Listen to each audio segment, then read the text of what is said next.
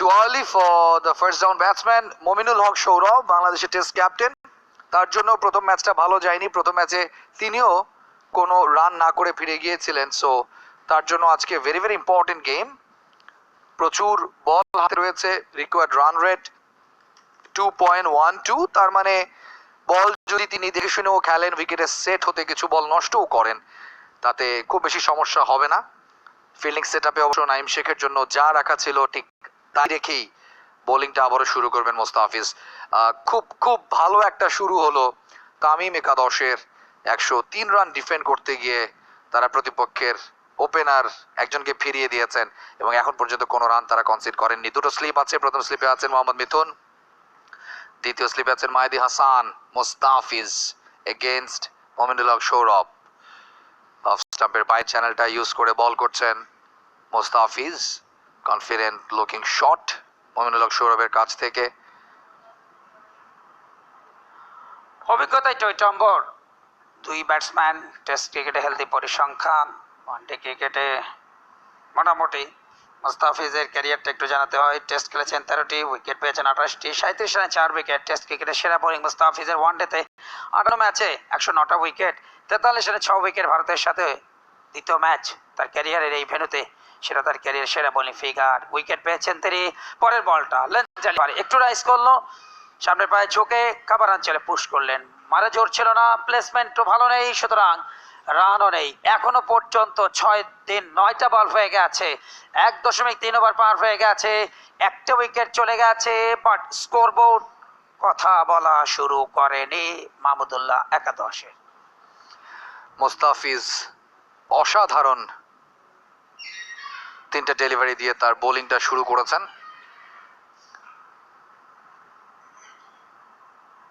Definitely সহজ কোনো কাজ না। 103 রান ডিফেন্ড করতে হবে তামিম একাদশকে। উইকেট টু উইকেট বল, ভেরি গুড ডেলিভারি। খেলার জায়গাটা খুব কম ব্যাটসম্যানের জন্য, বাট প্রথম ম্যাচের তুলনায় মমিনুল হক সৌরভকে আজকে অনেক বেশি আত্মবিশ্বাসী লাগছে।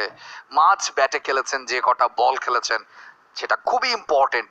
আর্লি নামতে হয়েছে, ওপেনিং জুটি যেহেতু কোনো রান না করেই ভেঙে গেছে। মমিনুল হক সৌরভের উপর দায়িত্ব, এবং বাংলাদেশের টেস্ট ক্যাপ্টেন মমিনুল হক সৌরভকে নিয়ে আফসোস আছে। রঙিন জার্সিতে তার কাছে চাওয়াটা সব ছিল তার ফ্যানদের কিংবা ফ্যানদের, সেটা হয়নি। সেই জায়গা থেকে অন্তত এতটুকু বলতে পারি, একটা ফ্লো দরকার হয় মমিনুল হকের। যখন ছন্দে থাকেন তখন একটা লম্বা ইনিংস খেলেন, বিটেন বাই পেস, একটা ইয়র্কার লেন্থের বল। অসাধারণ বল করছেন মোস্তাফিজুর রহমান, অ্যাগ্রেসিভ এবং ভেরি ক্যালকুলেটিভ। রিপ্লে দেখলে বুঝতে পারবেন কতটা ডিটারমিনেশন রয়েছে মোস্তাফিজের। Beautiful delivery. মোস্তাফিজের এই আগ্রাসী বোলিংটাই হয়তো দু ব্যাটসম্যানকে বাধ্য করেছে নিজেদের মধ্যে কিছুটা আলাপ সেরে নিতে। ডেলিভারিটা যখন ছাড়ছেন সেটা সবচেয়ে কাছ থেকে দেখছেন লিটন দাস, সো তার কাছ থেকে কিছু পরামর্শ নিলেন সেখানে মমিনুল হক সৌরভ। কোনো রান নেই বোর্ডে, 1 ওভার 5 বল, একটি উইকেট হারিয়েছে তামিম একাদশের এগেন্স্টে মাহমুদুল একাদশ। চমৎকার ডেলিভারি, অফ স্টাম্পের সামান্য বাইরে, আর একটি ডট বল। সুতরাং মেডেন ওভার এবং মেডেন উইকেট, টানা দুটো মেডেন ওভার আমরা দেখলাম। সাবধানে ক্রিকেট খেলার চেষ্টা করছে, যদিও টার্গেটটা একেবারেই মামুলি 104 রানের। তবে সেটাকে যদি বোলাররা মোক্ষম হাতিয়ার হিসেবে তৈরি করে নিতে পারে, যদি টপাটপ উইকেট ফেলতে পারে, কারণ উইকেট পাওয়ার কোনো বিকল্প নেই এই লো স্কোরিং ম্যাচে তামিম ইকবাল একাদশকে জেতার জন্য।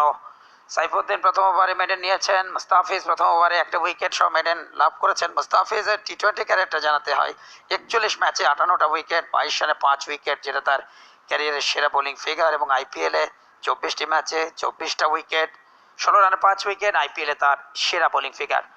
মিস্টার সাইফুদ্দিন অর্থাৎ মোহাম্মদ সাইফুদ্দিন, নোয়াখালীর ছেলে, এই মুহূর্তে প্রস্তুত কোয়ার্টার সেকেন্ড ওভার ইনিংসের third over. Over the wicket, একটা স্লিপ রাখা হয়েছে লিটনকে, সামনের পায়ে ভর করে ড্রাইভ করেছেন, একটু ফুলার লেন্থের, ফুল স্পিডে যে বল করছেন সেটা বলা যাবে না, একটু টেনে বল করছেন ব্যাটসম্যান যাতে স্বাভাবিক রিদমে ব্যাট চালাতে না পারেন। 23.1 ওভারে টসে ব্যাট করতে নেমে তামিম ইকবাল একাদশের সংগ্রহ মাত্র 103 রান, এবং তার জবাবটা কিন্তু ভালো হয়নি। ইমরুল কায়েসকে দেখছেন, লাস্ট ম্যাচে 40 রান করেছিলেন, দলের থিঙ্ক ট্যাঙ্ক, তার সাথে কথা বলছেন। ও ও আউট, বোল্ড হলেন। অনেকটা প্লেড অন, ব্যাটে লেগে শেষ মুহূর্তে ইনসাইড এজ, আরো একটা উইকেটের পর কোন রান নেই স্কোর বোর্ডে, দুজন টপ অর্ডার কিন্তু ধসে গেল। তাই বলুন তো, খুব ডিফিকাল্ট হয়ে যাচ্ছে ব্যাটসম্যানদের জন্য।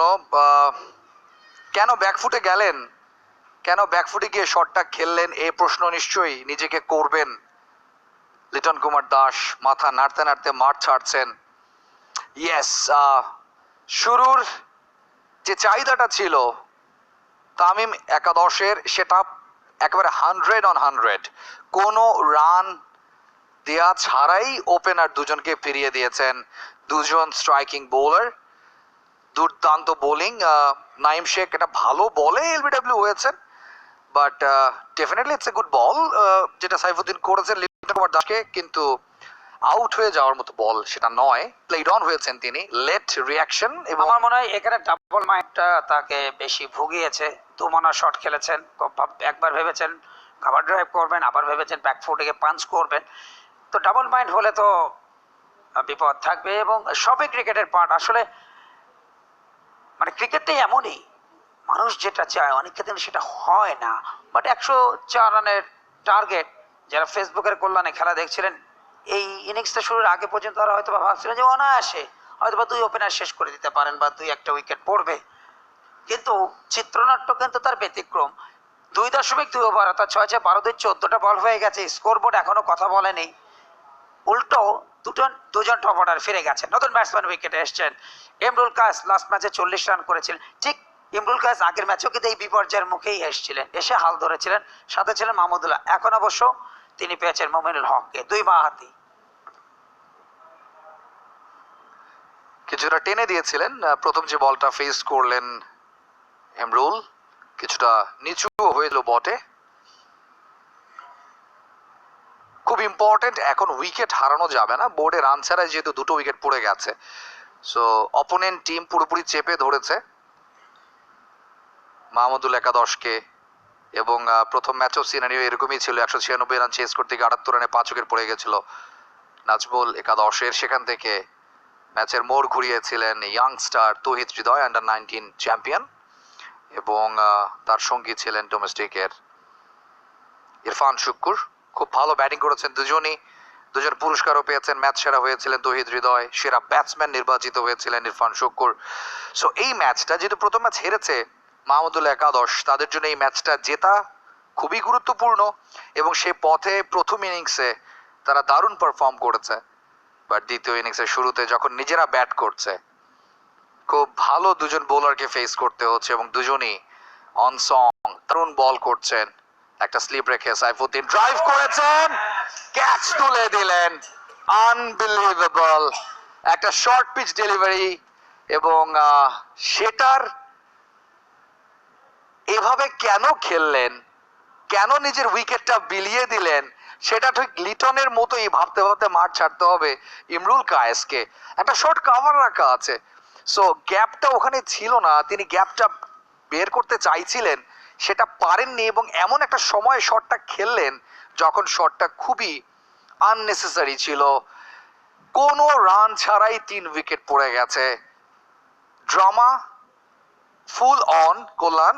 আমরা ভাবছিলাম, ইনফ্যাক্ট আমি তুমি অফেয়ারই কথা বলছিলাম যে হয়তো একটা সহজ টার্গেট চেস করবে মাহমুদুল একাদশ। দেখো, অনেকদিন পর বাংলার বুকে জন্টি রোডসকে দেখা গেল। ঠিক জন্টি রোডস কিন্তু এই স্টাইলে ক্যাচগুলো নিয়েছেন তার ক্রিকেট ক্যারিয়ারে। জাম্প করে আমরা যুবরাজ সিংকে দেখেছি পাঁচ পাখির মতো ঝাঁপিয়ে পড়ে বলটাকে তালুতে জমাতে। এবং সেই 2008 সালের নিশ্চয়ই সেই ফাইনালের কথা মনে আছে, 152 রানের টার্গেট শ্রীলঙ্কার সামনে ছুড়ে দিয়েছিল, 6 রানে কিন্তু 5 উইকেট হারিয়েছিল। ঠিক সেই ম্যাচের মতোই কিন্তু মনে হচ্ছে, যদিও আজকে টার্গেট 152 না 104, তারপরেও কিন্তু তামিম একাদশের বোলাররা কিন্তু প্রতিপক্ষের উপরে চাপ সৃষ্টি করেছে, এবং সেই চাপের মধ্য থেকে যিনি সবসময় ওয়াল হয়ে দাঁড়ান, বহু যুদ্ধের নায়ক, গত ম্যাচেও দেখেছি ইন্টারন্যাশনাল ক্রিকেট, ডোমেস্টিক ক্রিকেটে তামিম ইকবাল, সে অভিজ্ঞ সৈনিক।